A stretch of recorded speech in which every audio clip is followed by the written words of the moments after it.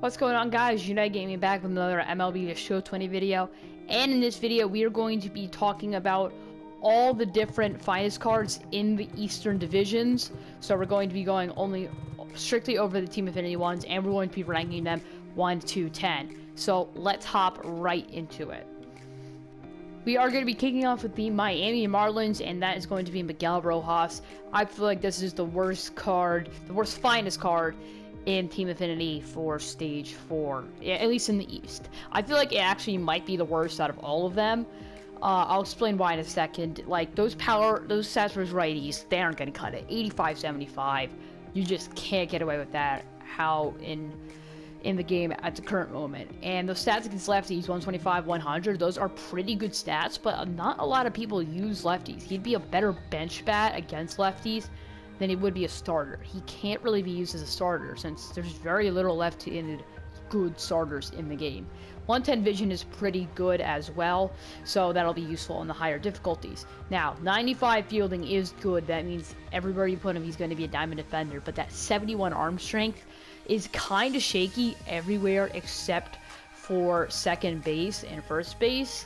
Because at third and short, you need to have a better arm, and 52 speed and 79 steal just isn't that good for a shortstop. So Miguel Rojas is probably the worst out of all the finest cards in the American League East. Next, we're heading over to the Blue Jays, and I have the 9th overall is Lourdes Gurriel Jr. So 123, 102 contact. Those are pretty good against righties, but lefties, that's, I mean, it's still good, but it's not amazing. 99, 93 power, that's also pretty good. Not as spectacular, but it's definitely average. 88 vision is not the greatest in the world. It's okay, though. 85 fielding, once again, not the greatest. 81 arm strength, that's pretty average. And 56 speed. Now, what I think is most valuable about this card, and why he's ahead of Rojas, is the positions he can play. He can play everywhere in the infield except first and the corner outfield spots. So he is more valuable as he has more secondary positions, and I feel like that power, having more power, is important. And I feel like he also is better just contact in general. Better rating stats in this game are definitely more valuable. So let's just head into number 8. Number 8 is the Boston Red Sox, Xander Bogarts. Now, if I had one thing to say about this card, about this card's hitting, it's buffed Miguel Rojas, basically. Better stats against lefties, better power, and much better stats against righties. A little bit lower vision, discipline, and clutch. Doesn't matter. It's still pretty up there around 95. Those righty stats can get the job done, especially he does have a bit of a glitchy swing. But my main problem is his fielding. 74 at shortstop. That's just plain out not good. I know 82 arm strength is also not incredible, but I mean, this card just won't get the job done. If you're playing him somewhere, it's got to be second base, especially when there's better defensive shortstops and that have better hitting attributes and speed. I mean, Ernie Banks, obviously not a great defender, but he's definitely still better than Bogarts.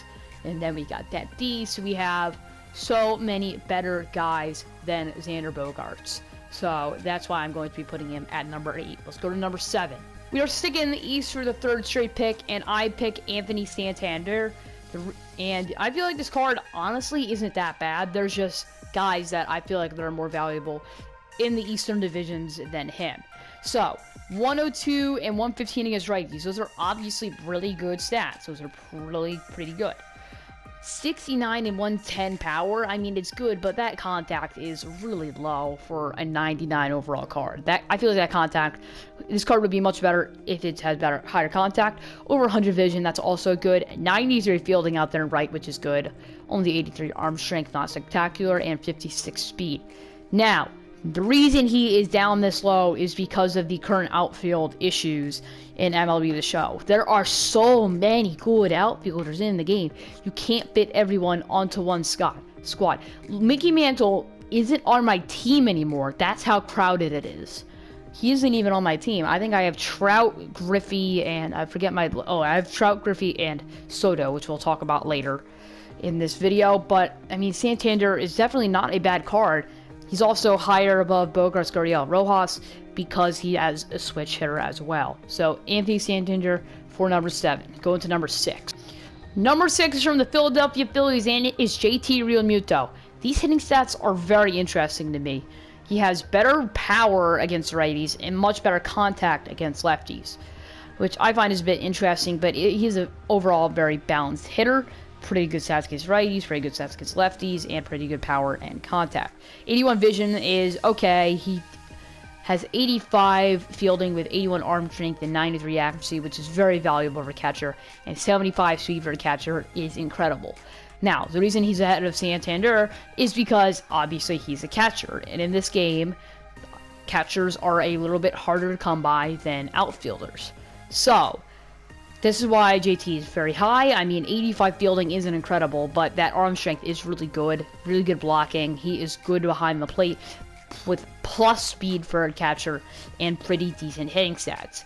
Now we're going to move into the top 5, the elite of the elite in the East. Going in at number 5, we got DJ LeMahieu, maxed out contact, 108-78 power with almost 120 vision. He has 86 fielding, 61 arm strength, which isn't good. I think they snubbed him with his fielding. But he has also 43 speed. Now, the reason he's at number 5 is because I feel like there's 4 guys that are definitely better than this DJ LeMahieu card. It is definitely a good leadoff bat. He's max out contact, which is incredible. 78 against lefties isn't incredible on the power. But once again, like I said earlier, not a lot of people use lefties in the game, so you can kind of get away with it, and really high vision. Now, he can play everywhere in the infield. The main problem with this card is the fielding and arm strength. It is so incredibly low, and it shouldn't be. DJ is a plus fielder wherever you put him. It should be at least 90.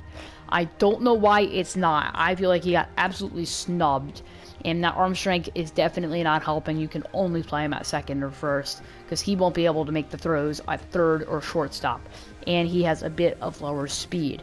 So now we're going to move into number 4. 99 Freddie Freeman is the number 4 pick. He is one spot above DJ, and it is very close, I would like to say. Very, very close. Now, they have just about the same speed.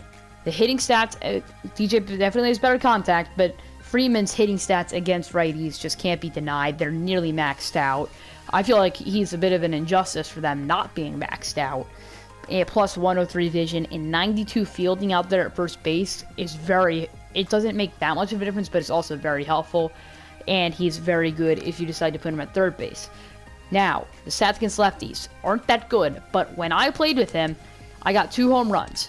2 home runs, both of them were against lefties. So it's clear that those, granted it wasn't ship it, I'll be honest, it wasn't ship it, but still, one of them was an absolute bomb that has gone everywhere. And it was like against Zach Britton, which is not easy to do. So it proves that Freddie Freeman's lefty stats don't actually show for his real card. He has a nice left-handed swing. It's really sweet. And I feel like he's just barely better than DJ because of that power and some better fielding. So next we're going to move into the elite top 3 finest cards. This is the final card from the AL East finest, and it is 99 overall Nick Anderson. This card is pretty elite to say the least. One of the best closers in the game. 4-seamer, curveball, sinker, and slider. Really good pitch mix. And he has good speed differentials. Curveball is definitely slower than the slider, and the sinker is definitely slower than the fastball. It has tons of movement. He has a bit of a glitchy wind-up. Great max out hits and Ks per 9 and max out pitching clutch. He is insane. He's not been great for me, but he's definitely been good. This card is one of the elite bullpen arms, and you should definitely get him for your squad. Now, we're going into the top 2, and we are going to the New York Mets. That's right, Jacob DeGrom is the number 2 guy in the AL, not the AL East, just the East finest cards. Now, this DeGrom is insane. I'm not even saying it's bad. It is a really good card. It has outlier, which is insane. It has outlier on the fastball. It is an insane card. 92 slider. Has a changeup, curveball. Doesn't really have any of the meta pitches, but it is still an insane card. 103, 110, 103 stamina, 110 hits per 9, 125 Ks per 9. Pretty good walks per 9. Really good home runs per 9. Pitching clutch is good. 89 control, maxed out velocity, and 95 break. This card is absolutely insane. And with Outlier, it is really effective on the higher difficulties, and it is just a very good card in general. Probably one of the best starters in the game. Now, it's very bold for me to put him at number 2 and call him the best starter, one of the best starters in the game, but there is one guy that just outshines Jacob DeGrom. That one guy is Juan Soto. Not because of the fielding, not because of the speed, because of the glorious hitting in Juan Soto. Maxed out contact, 119, 125 power, 100 vision, 125 discipline, 125 clutch, 75 fielding. It honestly, I'll eat 75 fielding and 71 arm strength to have this good of a left-handed bat in my lineup. 53 speed also isn't elite. I mean, I haven't been that good with him either. Like, he's had some unfortunate just swings with me that are just lineouts. But I don't care. This card is staying in my lineup probably for the rest of the year unless he is absolutely terrible for like 40 games or something, which I don't think he will be. This card is incredible. The hitting, I could just yell and I could just drool over these numbers, the hitting numbers that are absolutely insane for this Juan Soto card. That's why I think he's the number 1 guy for the finest in the East. If you guys do want me to do this for the West and the Central, make sure to leave a like and subscribe. That's a great way to support these videos. Let me know that you guys want to do this. And shortly, once I get the finish up on the relievers, I will be doing an all finest team build very shortly. Also, I'm going to put on pause the all-time team builds just because there's new content coming out. It looks like there's one more massive content drop, and I want to save it till after that to make sure we can get all the right cards for the teams. So, I'm United Gaming. I'll see you in the next one. Peace.